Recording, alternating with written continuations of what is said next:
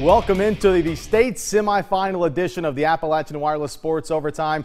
Josh McKinney hanging out with you for the next 25 minutes. Jamie McCracken and Carly Bell are each on the outer edges of our coverage area. But enough talking. Let's just dive right into some high school football. We start in Class 1A. Hazard trying to get to the state final for the first time since winning it all in 2011. Paintsville's not been since 1985. Try 31 years. Paintsville goes 3 and out, and then Hazard goes to its horse, Corey Smith, from 1 yard out, 6-0 Dogs. Tigers driving in Hazard territory on 4th down. Darren Morris completes the pass to Canyon Castle, but it's short of the marker. That's a turnover on downs. Bulldogs again capitalize. Smith one more time in for 6. 2 drives, 2 scores for Hazard, 13-0 in the first. Final minutes of the first half. Bailey Blair throwing deep to Jason Johnson. Comes back to make the grab. Picks up yardage after the catch. Down inside the Paintsville 30. However, on 4th down, Blair is sacked by Dalton Daniels. The ball pops loose, recovered by Jalen Allen to end the drive. We go to the Highlands Black and Blue Clinic scoreboard. A low-scoring game. Paintsville, though, once again has its perfect season ended in the state semifinals. The Tigers fall to Hazard. The Bulldogs going back to Bowling Green. Final score 20-7. Who would Hazard play? Beechwood head coach Noel Rash prior to their game with Russellville. Rolling right, it's Braden Burge connecting with wide receiver Daniel Mesher, who did the rest. 62-yard sprint after a scoreless first quarter to get the Tigers going 7-0. On 1st and goal from the 10, it's Aiden Justice. Knows how to just run by and through people, challenging 3 Russellville defenders on the way to the end zone. 14-0. Justice can also catch the football. Swing pass in the flat, turned into a 14-yard score. Puts his shoulder down. The Beechwood Tigers going back to Bowling Green in the Class 1A state final all over Russellville tonight, 35-0. So here you go, your Class 1A state championship game scheduled for next Friday, December 2nd at 2 o'clock Eastern Time. That is subject to change. The Hazard Bulldogs at 12-2 will meet the Beechwood Tigers, who are 13-1. These two teams met back in the 2008 state championship, with Beechwood winning 14-7 over the Bulldogs. Jake Johnson in the Pulaski senior class, the winningest class in school history, looking to advance to a 4th consecutive 5A state final. First quarter sophomore Wiley Kane's pass tipped and picked off by Peyton George. Maroons playing host to South Oldham. First play from scrimmage for the Dragons. 3 or 4 reverses later, Drew Zabi, the quarterback, gets it, throws it beautifully to Keenan John for the 48-yard touchdown. Dragons up 17-0 before Pulaski finally gets on the board. Ricky Maxey, direct snap, 17-6. But right before the end of the first quarter, Zabi finds Drake Silcox, 41-yard touchdown. Big play. South Oldham leads it 24-7 after 1 to the second quarter. 4th and 6 from the 12. Kane to the Mr. Football candidate Jake Johnson, 24-14. Maroons cut into the lead. Johnson brushing off in the end zone for a silent celebration. However, South led at 38-21 at the break. Second half, Johnson 13 yards around the corner, 13-yard touchdown. First lead in the game for Pulaski, 48-45. South Oldham ties it at 48 with a field goal, but Kane comes right back to Maxey, 23-yard touchdown pass. This game was absolutely wild, as Jamie McCracken says. Pulaski County, though, marching on to its 4th straight state championship game, 62-55 over the Dragons of South Oldham. Yeah, we started bad. You got to give a lot of credit to South Oldham. It's a really good team. They had a very powerful, high-scoring offense, and we had some issues early on, as evidenced. But, you know, this team's resilient. They've been in things like that before.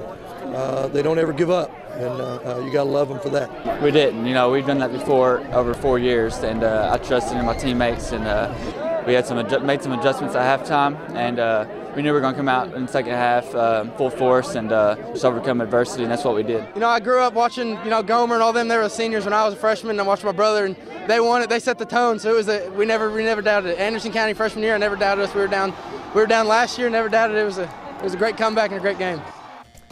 Here is your Class 5A state championship game, Pulaski County and Bowling Green. The Maroons at 12-2. The Purples unbeaten at 14-0. The two teams will square off at Western Kentucky University on Sunday, December 4th at 6 o'clock Eastern Time. This is the third time in the last 4 years Pulaski and Bowling Green have met in the final. The Purples are 2-0 versus the Maroons. Pulaski County won their state title 2 years ago over Graves County. 3 coverage area teams down, still 3 more to go, including a powerhouse matchup in Corbin. The third-ranked Red Hounds welcome in number 1 Belfry. Entering tonight, Mayfield currently had the longest active streak of consecutive state final appearances at 7, although the Cardinals would fall to Christian Academy of Louisville. But right on the heels of the Cards was Belfry, who had played in 6 straight state championship games. Pirates visiting the Corbin Red Hounds. The Hounds take the field with fireworks and a 100-yard spirit line. And they had a lot of spirit early. Cameron Sizemore to Tucker Jewell over the middle for a first down catch. Later in the drive, John Lowe boots a 22-yard field goal to give Corbin the 3-0 lead. Red Hounds, though, not done. Sizemore rainbows this one 31 yards into the arms of his favorite target, A.J. Moore, for the touchdown. 10-0 Corbin in the second quarter. Everything going Corbin's way at this point. Sizemore's pass batted in the air, but Caleb Mitchell in the middle of 5 Pirate defenders pulls it in for the first down. Later in the drive, Sizemore goes back to Moore. Again, it's his favorite target. 30 yards out, another diving grab, and it's 17-0 Red Hounds. But back comes Belfry. Tavion Hunter takes the pitch from Noah Corbett, and he is loose for 52 yards. That touchdown would spark 42 unanswered points for the Pirates, who are going to state for a 7th year in a row. Belfry storms back to knock off Corbin for a second straight year in the semifinals. Final score 42-17. So who would Belfry play next week? Either Louisville Central, the Yellow Jackets hosting a Kentucky 3A semifinal with Elizabethtown. We pick it up scoreless in the first frame with a first half that was a defensive struggle, to say the least. E-Town on a punt, bad snap. The punter, Casey Roberts, gets it for Central. Torrey Sims with a tackle, and Central will take over at the 5-yard line. But Central's offense could barely move the ball. 4th and goal from the 2. Corey Johnson for Central for the score. But no, the Panthers defense holds and takes over on downs. Second quarter, still scoreless. E-Town on the move and threatening when Central defense comes up big. Quarterback Tyler Durbin picked off by Ronald Jackson. Same score, scoreless in the same quarter. Central now trying to put together a drive, but the Jackets quarterback, James Simpson, is picked off. That's Derek Smith of the E-Town defense. Scoreless at the half. However, things would finally get going in the second half after the cameras left. Central knocks off the Panthers 21-14. So a all too familiar opponent for Belfry next week in the Class 3A state championship. Number 1 Belfry, 7th straight trip to state versus Central out of Louisville. This is the 6th time the Pirates and Yellow Jackets have met in the state final. Central has a 4-1 advantage, but Belfry won the last meeting 2 years ago 14-7. This year's game set for next Saturday, December 3rd at 2 o'clock Eastern Time from Western Kentucky University. Class 4A, a semifinal rematch from last year. Johnson Central hosting Wayne County. Just like last week, the Golden Eagles leaving little doubt in this one. Mid-first quarter, Joe Jackson takes the handoff, and Joe Jackson knows what to do with it. 67 yards to the house, 8-0 after the 2-point conversion. He had 170 yards in the first quarter. That's not a typo. Why not try Jordan Blanton over the defender, and 78 yards through the air goes Johnson Central all the way to the house, 16-0 after another 2-point conversion. Still in the first quarter. How about we go to Joe Jackson again? 28-yard score. 24-0. Jackson would become the first 2,000-yard rusher since J.J. Jude at Johnson Central. Wayne trying to get something going, but they fumble, and Blake Gamble recovers it, and Blake Gamble turns it into a scoop and a score. 31-0 after the PAT. The Golden Eagles had a running clock in the second quarter and led 44-0 at the half. Johnson Central going to state for a second year in a row with their 51-0 rout over the Wayne County Cardinals, who were held to 35 total yards of offense on the night. Our Carly Bell is in Paintsville with Johnson Central head coach Jim Matney. It was a rematch out here in Johnson County. Last year was a close one. This one, not so much. 51-0 the final. And Coach Matney is so proud of his boys and how much they represented the mountains out here in Eastern Kentucky. I'm so proud of how hard our kids have worked. I'm so proud of how they've represented the mountains. We talk all the time that we really want to show the rest of the state and the rest of the world that mountain people are good people. They're hard-working people. They're not what we're portrayed to be. We just really want to let everybody know what great people there are in these mountains, how proud I am of these kids. It's been a wonderful, wonderful year. We've got one more to go. I'm just very happy for our kids. That's all I know. Johnson Central will take on Franklin Simpson next week in Bowling Green for the Class 4A state championship. In Johnson County, Carly Bell, WYMT Mountain Sports. As Carly mentioned, it will be next Friday night, December 2nd in Western Kentucky. Franklin Simpson undefeated at 14-0. The Wildcats will take on Johnson Central at 13-1. This is the Golden Eagles' second straight trip to the state final. The Wildcats are going to state for the first time since losing to Fort Thomas Highlands back in 2011. Much more to come on the Appalachian Wireless Sports Overtime, but as we go to break, here is a look at the Alice Lloyd College Mountain Top 10.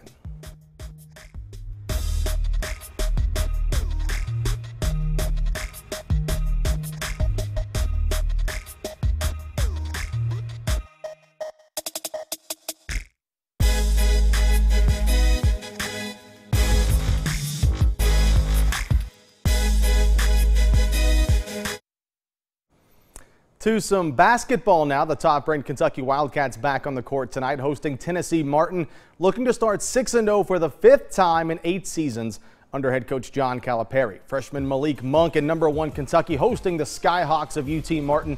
Cats on the break. De'Aaron Fox leading the way, leaves it for the trailer. That's Bam Adebayo. The double clutch throw down UK by 6 early. Defense now turning to offense, specifically Derek Willis. Gets the block on one end. And then on the break, Willis gets it back from Malik Monk. The lob and the little lay-in lead out to 10 for Kentucky. Skyhawks now running off the steal. The lob attempt to Edgar Edwards is blocked into the stands by Monk. Take another look at it. 18-point lead for the Wildcats. How about Monk again? Another highlight. All alone after the block. And yeah, just winds up, throws it down windmill style. Take a couple more looks at this one. Monk. As we go to the Highlands Black and Blue Clinic scoreboard, a game high 26 points, 5 other Wildcats score in double figures. Kentucky wins it big, 111-76, improving to 6-0 on the year. They're all comfortable in their own skin. They're not competing with another player on the team. We're competing against the other team. The greatest thing about coaching here, minutes and shots really don't matter. If you're a player here, we've had guys that took the 5th most shots, be the #2 pick, the 7th most shots, #6 pick.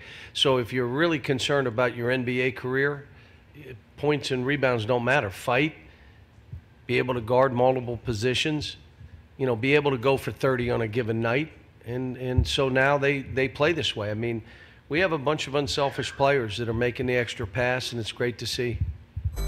How about 10th-ranked Louisville? Rick Pitino and the Cardinals battling Baylor in the battle for Atlantis. Late first half, Donovan Mitchell buries a big 3 to put Louisville up 20. Cards led by 15 at the break. Second half, Quentin Snyder up top to Mitchell for the alley-oop. 18-point lead for the Cardinals. But the Bears would stage a rally. King McClure in the paint jumper trims the deficit to 7. Less than 5 minutes to play, Jake Lindsey gets the steal, drives in, and his layup gives Baylor a 1-point lead.